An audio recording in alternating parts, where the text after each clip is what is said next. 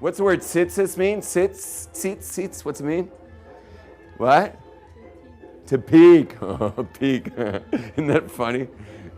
It's from the word peek. I'm surprised that you don't say the word peep. Peeping. It's from the word peek. Because there's things people like to peek at every day. And so when we're talking about steering our mind and heart away from what? What does the Torah say? It says, Achrei asher, how does it go? Lo sasur achrei levavachem v'achrei nechem asher tem zoinim achreim. After your heart and after your eyes, I don't know why it went in that order, because first the eyes see and then the heart wants, right? How are you going to want something you didn't see? But maybe what it's talking about is that we often fantasize about things we didn't even see. You don't have to be in the square to fantasize. You could be anywhere. So maybe that's why it starts with the heart, because seeing, anyone knows if you see it, you might want it. Here it's saying, catch yourself before you even saw anything. You're just going to bed. It's in the middle of the night, and your heart starts wanting things. Catch yourself, steer your heart into something else, like baseball scores or something. Start thinking about other things, and you got yourself the mitzvah. The eyes, be careful of the eyes. Eyes are dangerous, the window straight to the desire. Eyes, the eye sees, the heart desires. The eye sees, the heart desires. Got to be careful of your eyes. Asher atem zoinim achareim. That you, I don't even know how to use the word zonim. That you stray, I guess. The things you stray after. It says stray in Art Scroll. But it sure sounds a whole lot like the words nous and zona and like lust, the things you lust after. And what is this all about? What is going to stop you? Says the women, my own connection to God. Says the men, I need cosmic dental floss. Okay? I need cosmic dental floss. I need something about this stuff is going to save me. And remind me that I got to keep my head together and keep my heart together when I cruise down the street. Something about this stuff. And it's really funny because what about that is ever going to do that? And the answer is not much. I'll tell you why in a minute. But the word for this is peak. You get it? The whole connection? So that's one thing for sure. Is that when you are talking about this stuff and you read that paragraph and you keep saying tzitzis 3 times in the paragraph, you say tzitzis.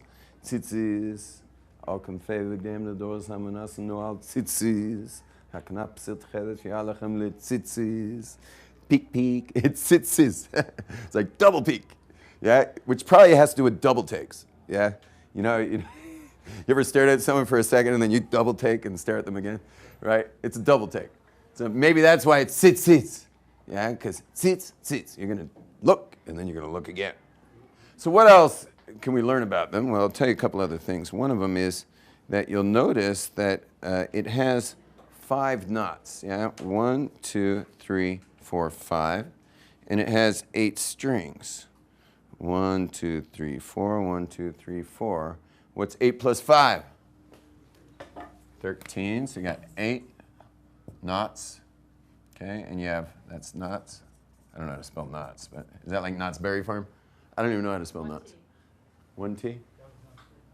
That's how you spell knots? And 5 knots, 8 strings, thank you. Probably would have been easier to erase the number. 5 knots, 8 strings. Aren't I in a fabulous mood for having had dental surgery about an hour ago? I think the laughing gas is still affecting me. Just kidding, they don't give me laughing gas. How could the kids get laughing gas and the parents don't? Yeah. So. You see the bill. So 5 plus 8 is 13, yeah? Which is the numerical value of love, which is ahava. Ahava is, did I just do that in English? A little out of my mind here.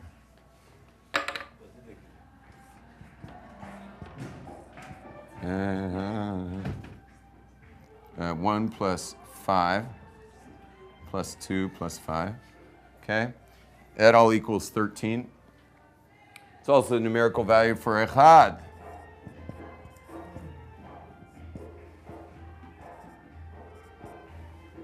It's a word for love, word for one. Like Bob Marley, one love.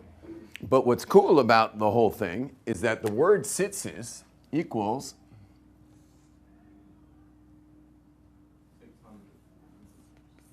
the word tzitzis,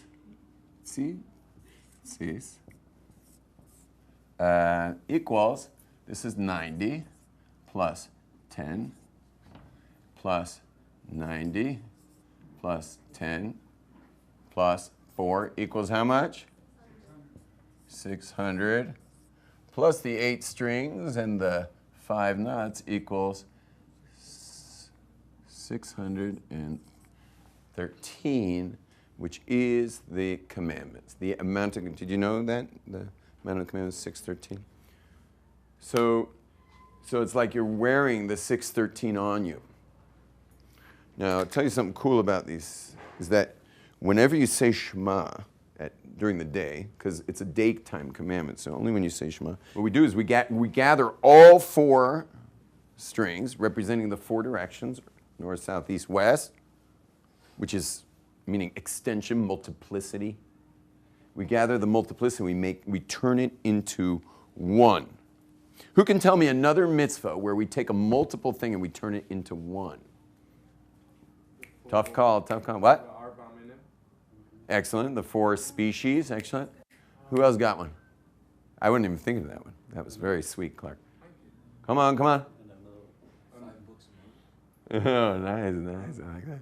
That was sweet. What? The concept of a minyan. 10 blokes become one thing. I like that. Yeah. What do you got? Maybe the menorah, but I'm not sure.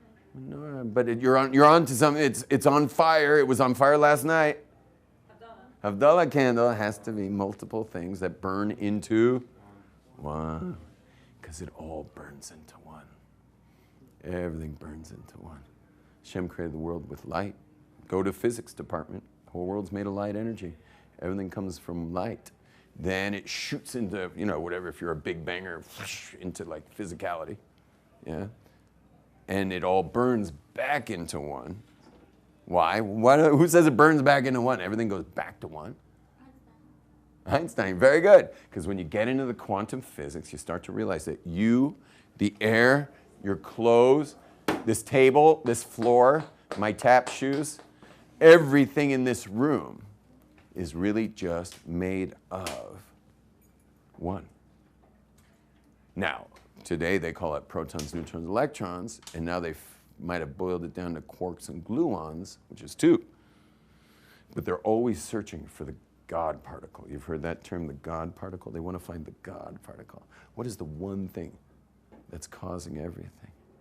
What is the one thing, not that's causing, God's the one thing causing, but what's the one thing everything's made of? Whoa. It's cool. Anyway, we gather it together. Where do we put it? We put it on the webbing of our hand, this webbing. You see that? You don't hold it full fist like that. When you gather tzitzis for Shema, because what am I doing? I'm saying Shema. Why am I covering my eyes? Because I don't want to see the multiplicity. This is about one. So I'm putting my hands, I'm saying Hashem is echad. He's one, which is 13. Yeah, which is love. Right? With love. Yeah. Then we say Shema, which is one. Hashem's one, which is 13. And then we say V'ahavta, back to 13. It's sandwiched with, the one is sandwiched with love. God's love for us, Shema Yisrael, our love for God. It's a sandwich. But I gather these 4 corners onto my webbing. Why the webbing? So does anyone here ever ridden a horse? Has been going horseback riding? Where do you hold the reins? You hold it on the webbing. Hold reins like this. Yeah? Why? Why do we hold the reins on the webbing? Where are the reins leading to? They go around the horse. It has a bridle on its head, and then it goes into the mouth. And in there is called a bit. Yeah? And that bit presses against the horse's lips. You don't want to pull so hard on your horse's lips. You'll rip the lips. So you got to be gentle. So what do? You put it on a sensitive piece of skin. So you're sensitive to the horse. And our sages, our rabbis said that we got to be sensitive to the horse. What do you think is the horse? Michael, what's the horse? Daniel, what's the horse that we're supposed to be sensitive to?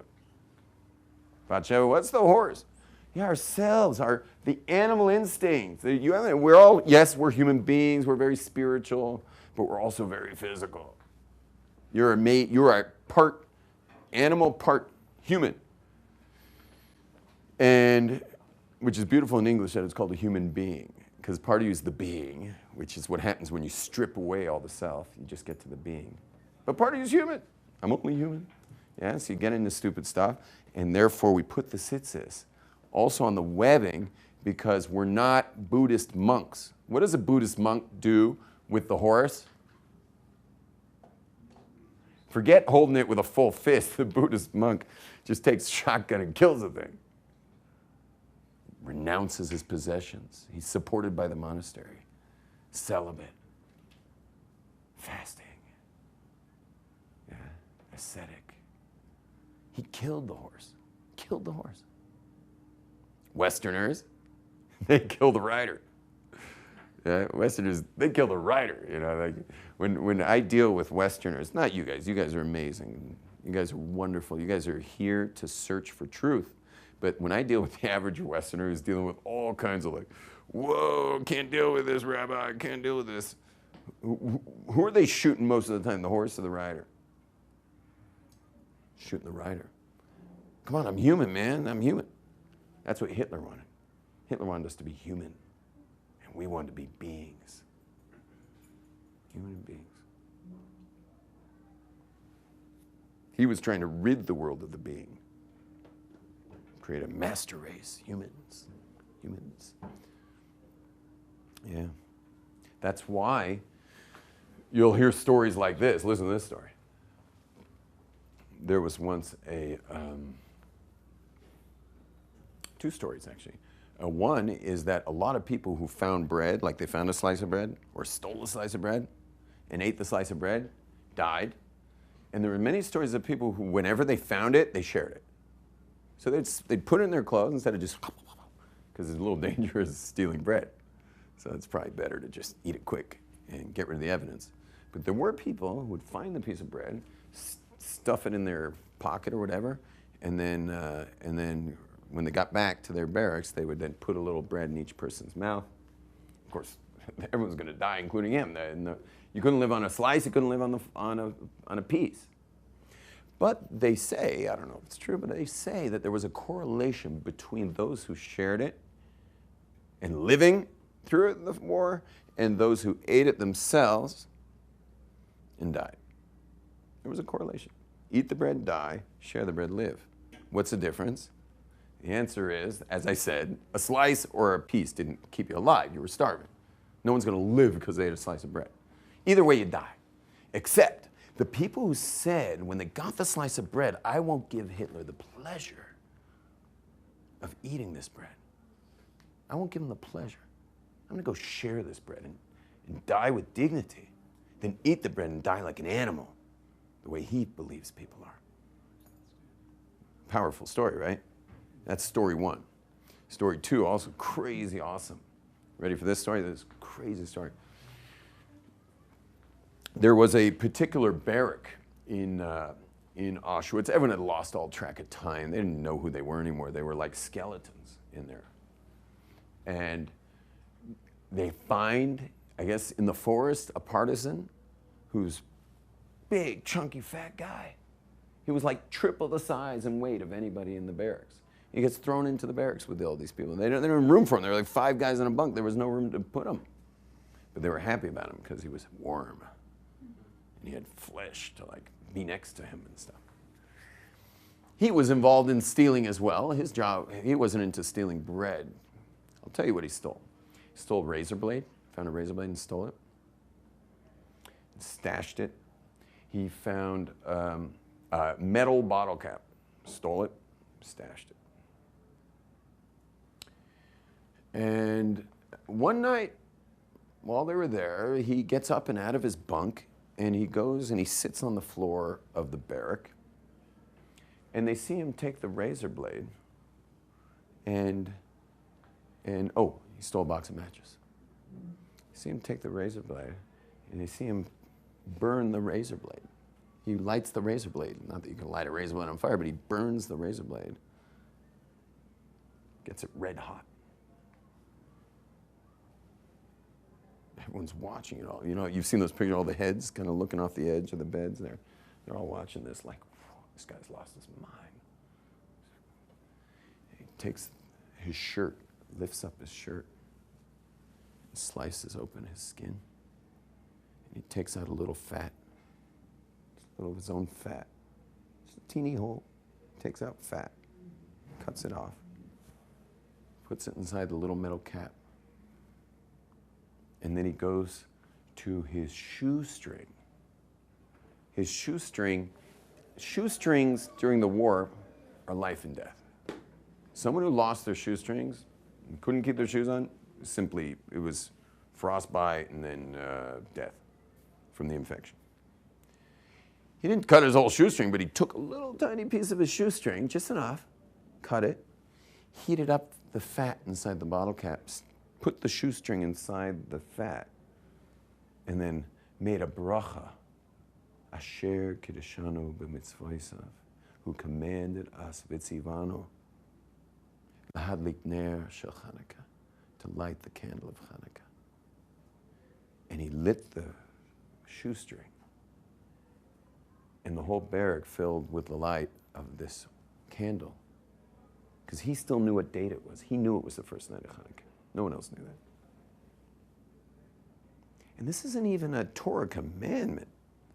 This is like rabbinic, light Hanukkah candles. It's not like eating matzah on Passover or all the other things we do that are Torah commandments. It's a rabbinic commandment. You're not supposed to risk your life for it. And when they asked the question, where was God in the Holocaust? I'll tell you one place he was. Where was he, Simon? He was in there. God was definitely in there. And why did he risk his life? Because he was probably going to die anyway, but he wasn't going to give Hitler the pleasure. Hanukkah will be the victory over the Greeks. Western Civ. And Western Civ culminated with Hitler. He was fighting a Hanukkah battle. He was going to win that battle. And he won. Right there, he won. Whether he lived or died, he won. We're a much softer generation. We don't do these kinds of things. But anytime you do get a chance to do something radical to fulfill a mitzvah, go for it. It's fun. It's fun. How often you get to do something crazy? I did something crazy. I've done a few crazy things to fulfill a mitzvah. I broke ice to take a mikvah. Really dumb move. Really dumb move. I was in the Catskills at some hotel leading a Shabbaton, and they so I go to the front desk at the hotel. I'm like, where's the mikvah? They're like, what is this mikvah? So where's the mikvah? We don't have a mikvah. I'm like, so where's the closest body of water? They're like, if you hike that way for like an hour and a half, you'll get to a lake. So I start hiking by myself. That was the big mistake. I hiked by myself in the winter. Cross. I finally followed their instructions. I get to the lake. And the lake has a little dock. It's not a big lake, a little dock, ice. But it's just at that point, when the ice is kind of like not quite crusted completely hard. So I break open the area. It was cracked and stuff. I break open that area. And you got to have somewhere to crawl out. Never jump in a water hole. You can't get out. You slip back down. And also don't try to save someone who's caught in a water hole with your hands. They pull you in. Because you slip, you're on ice. So you just immediately, now you're in. There's been terrible stories every year of multiple deaths, all trying to save the first guy. So you got to get something to pull him out. A stick, a string, a rope, anything. A shirt. You got to get something to pull him out and anchor the first guy and pull him out.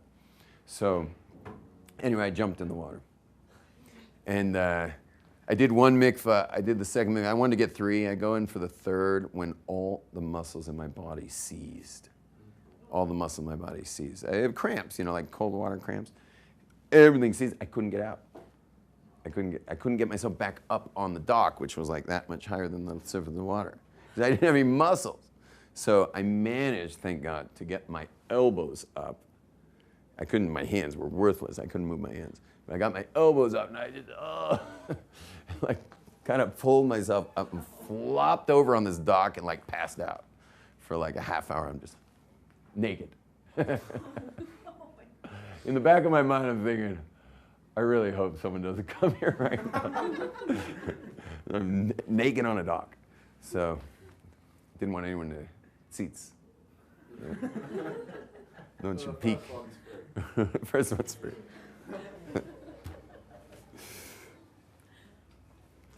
Anyway, but if you get a chance to do that, like for example, let's say you started keeping Shabbat. You started keeping Shabbat. Anyone here new to Shabbat? Anyone here new to Shabbat? You new to Shabbat? You're new to Shabbat? How many Shabbats you got under your belt? 6 maybe. 6. Amazing. Amazing. Michael, how many you got? 30. Wow. Anyway, but the thing is, when someone's new to Shabbat, their families just don't get it. The family doesn't get it. So what happens is it's like Bobby's big bad bar mitzvah barbecue bash in the mountains on Shabbat. And everyone's looking at you, or you, saying, you're planning at being at Bobby's big bad barbecue bash bar mitzvah, aren't you? And you're like, it's on Shabbat in the mountains. How am I going to get there? And they're like, well, you certainly can't walk because it's, several hours outside of town, and it's in the middle of the mountains. It's like an exotic experience in the redwoods. That is your special time to be at that bar mitzvah. I tell every student of mine who comes with a question like that, do I go? I tell all of them, you better go. You bet you go. You go. And they're like, how could I drive? I say, you're not driving. They're going to all arrive at the bar mitzvah, and you're going to be in there. You're going to be there, and they're all going to be like, you came. How could you have given up Shabbat for us? We can't believe it. And you're like, you see that tent up there right behind that big redwood tree? I've been here already for 15 hours. But I love this family, and I'm not going to miss Big Bad Bobby's barbecue bash. No, it's Bad Barb. Bad Bobby. I'm not missing Bad Bobby's barbecue. Bar mitzvah barbecue. Bash. And many of those people now, they get, you know what they get for the family events? Their invite comes with the hotel they booked for him and the name of the kosher caterer who will be bringing their meal to the thing that they are providing, because he showed the family that family was more important to him than just sticking it to them on the whole values, morals issue. He let family be more important without compromising Shabbat. He did both. Anyway, anytime you get a chance to do both, go for it. You push yourself and go for both. But the last thing I want to cover is, why don't women wear tzitzis? Why don't women wear tzitzis? And the answer is that they should. They really should. Ever since the 1950s, which was the inception of women's lib and then feminism, and women have pushed very hard to establish themselves to be, at best, similar, if not the same as men. Of course, nowadays they say, same rights but different, whatever they're saying.